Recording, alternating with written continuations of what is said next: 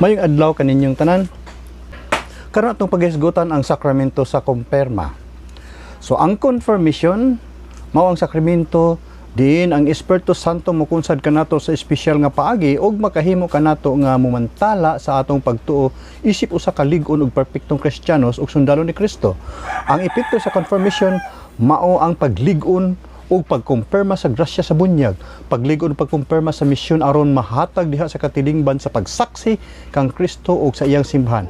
Ang confirmation usa ka rito o rites diin ang tao mahimong tinuod nga membro sa simbahan. Pinaagi sa pagpandong sa mga kamot sa obispo o pari mokunsad ang Espiritu Santo ngadto sa tawo nga gipandungan. Ang Espiritu Santo mao kini ang gisaad ni Kristo nga mahimong manlalaban sa simbahan dihang mikayab siya ngadto sa langit.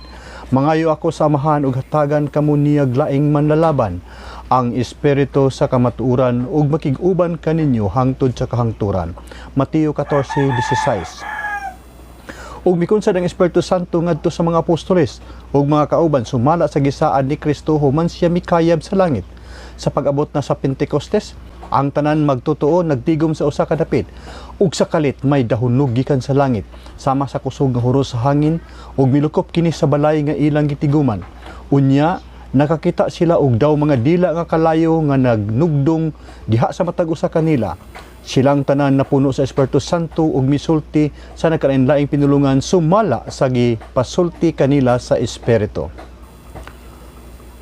Ang pagkunsad sa Espiritu Santo ngadto sa mga tawo nagbilin og dili mapapas nga patik sa kalag timaan nga iya na ni Kristo.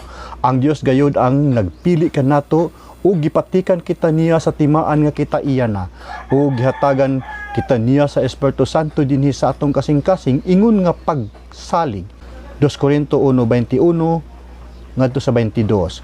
Ug mipadayon si San Pablo sa pagpaabot nga ang Espiritu Santo mao ang patik sa Dios. Ug ayaw ninyo pasuba ang Espiritu Santo sa Dios kay ang Espiritu mao ang patik sa Dios diha kaninyo ilhanan nga kamo iya na. Efeso 4:20 ug Efeso 1:13. Ang Espiritu Santo nga nadawat sa mga apostoles ila usab kini gipaambit ngadto sa mga magtutuo nga humana nabunyagan aron usab sila mamahimong tibuok na nga sakop sa iglesia. Unya si Pedro ug si Juan mipandong kanila sa ilang mga kamot ug nakadawat sila sa Espiritu Santo. Buhat 8:14-17. Ang mga magtutuo lamang ang nakaila sa Espiritu Santo apan dili ang kalibutan tungod kay kini nagpuyo naman sa matag usa ka Kristiyanos. Kini matud pa ni Kristo diha sa Ebanghelyo ni San Juan 14:17. Mga igsoon daghan pang mga pamatuod sa Biblia nga ang sakramento sa kumpirma kauban na sa plano sa Dios sa pagpangluwa sa kalibutan. Apan kini nga presentasyon igo na aron masayran nimo ang kamatuoran sa sakramento sa kumpirma. Daghang salamat.